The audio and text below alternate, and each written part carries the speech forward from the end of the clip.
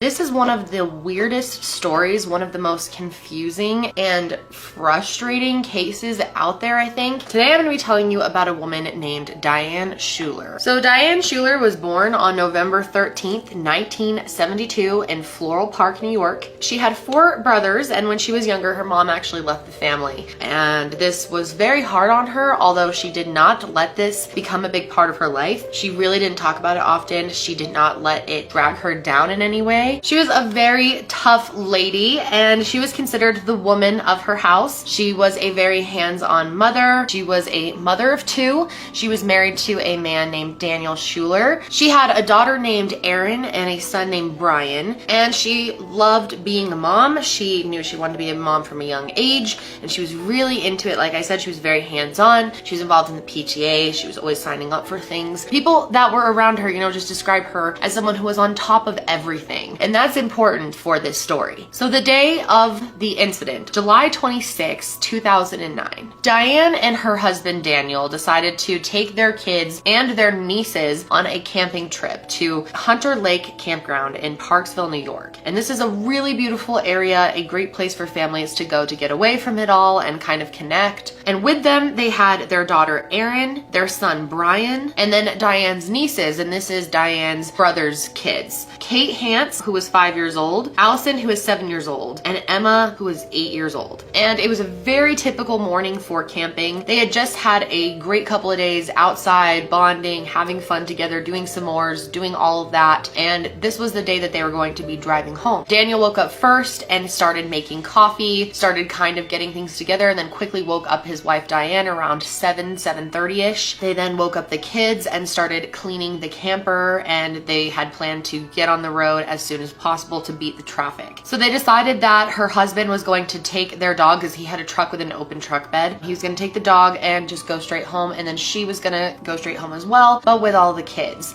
And so she had a minivan. Specifically, she had a red 2003 Ford Windstar minivan that she was actually borrowing from her brother for the weekend. So Diane and the kids headed off at 9:30 a.m. around there to actually get some breakfast at McDonald's. They were on their way back to West Babylon, and they stopped at the McDonald's in Liberty on the way. And they even said that she seemed completely normal. She's having a fully attentive conversation with the restaurant worker. Then she drove to a gas station, and there's again some video footage, surveillance footage of her at the gas station, and she's completely normal in the gas station. She's there to buy some type of pain medication, and they ended up not having it, so she left without it, but they think that she possibly could have been having a painful tooth. So she left the gas station in Liberty just after 11 a.m. and then was driving along Interstate 86 and Interstate 87. And this is when they started getting reports from witnesses that there was a person driving a minivan and driving really aggressively. And then at 11:37, Diane ended up calling her brother. His name is Warren, and he is the father of the 3 girls that were also in the car. And she just told him that they were going to be a little late. They were a bit delayed by traffic. Then around 11:45 a.m., Diane was seen by a witness on the side of the road, and it looked like she might have been throwing up. And then a little while after that, at a kind of rest stop area, she was seen doing the exact same thing. So then at about 1 p.m., Warren got another call from Diane's phone, but this time it was one of his daughters. Mommy, something's wrong with Auntie.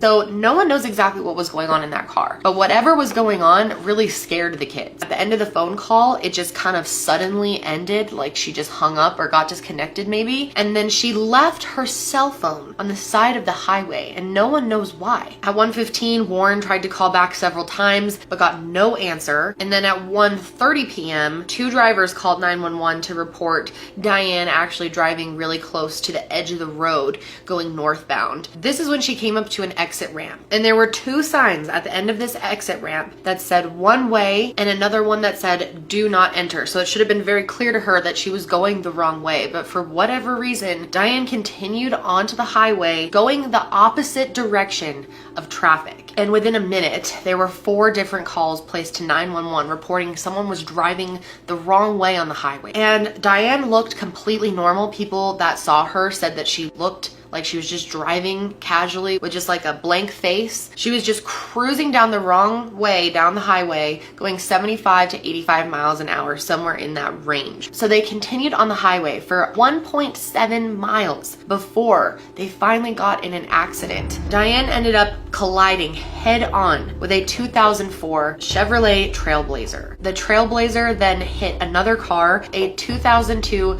Chevy Tracker. And at the time that Diane hit them, she was going 85 miles per hour. Tons of people got out of their car to try to help them, but it was just a horrible scene. I mean, the cars were trashed. You could just see the metal was so tangled up. It's just brutal. She was in terrible condition. And the saddest thing about this is that the kids didn't seem to have even been wearing seatbelts. Diane's daughter died immediately at the scene of the crash, as well as Diane, and so did two of her nieces. Her son was trapped under the bodies of the other 4 children and wasn't even found at first, but eventually they found him and he did end up surviving. They took him to the hospital. Her other niece, however, was barely hanging on to life. They brought her to the hospital and she did end up passing. And then in the other car, the Trailblazer, 3 men also died. 81-year-old Michael Bastardi, his 49-year-old son Guy, and their 74-year-old friend Dan Longo. Luckily, the 2 people in the Chevy Tracker only had minor injuries, but it was just terrible. So like I said, Brian, her son, did survive. He had several broken bones. However, he now has something called ocular motor nerve palsy, which affects the movements of his right eye. None of this made sense, and I think that's why this made it so much harder for people. Obviously, people start to think, was Diane maybe under the influence of something? That's obviously what you're gonna think, because in most situations where someone's driving on the wrong side of the highway, they're So once investigators started looking at everything a little more and searched her car, they actually found a bottle of... It was broken, but it was on the driver's side on the floor. Daniel was asked about this. He was very steadfast that she was not...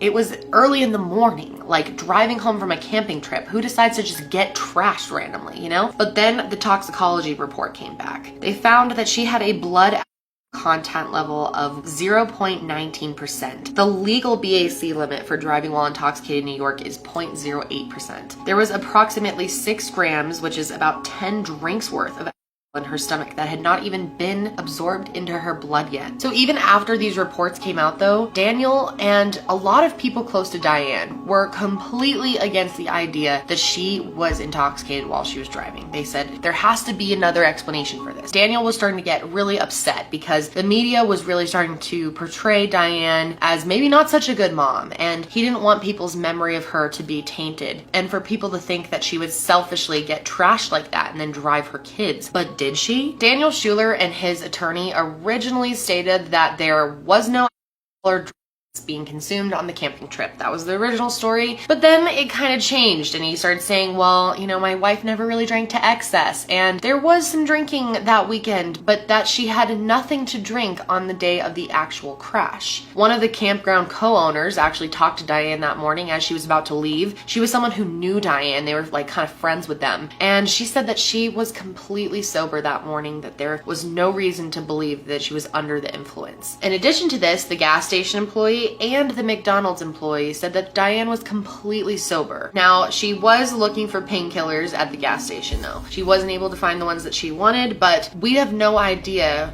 why she would have wanted these. The tooth pain thing is interesting because one of her best friends said that Diane was constantly like rubbing this one area on her cheek, especially the week that this happened. And Diane had also had several dentist appointments over the past couple of years, and she really hated having dental work done, like was afraid of it. And she had to have this one extraction done, and they actually got her dental records back and could see that she chose not to actually have the procedure done. So does that mean that maybe she had like a really badly infected or painful tooth going on that she was hiding to avoid having to go to the dentist because she had fear of that? As far as the autopsy goes, there was no damage to her organs, so there was no way that she was like a serious behind everyone's backs, but the autopsy also showed that there was no abscess found in her tooth. Daniel actually believes that Diane suffered from some bizarre medical issue, that maybe she had a stroke or like an aneurysm or something like that. However, when they did the autopsy, they did not find signs of anything wrong. So after she was already buried and everything, and the autopsy was done, obviously, they decided that they actually wanted to exhume her body and see if maybe they could test her hair to see if there was any sign of previous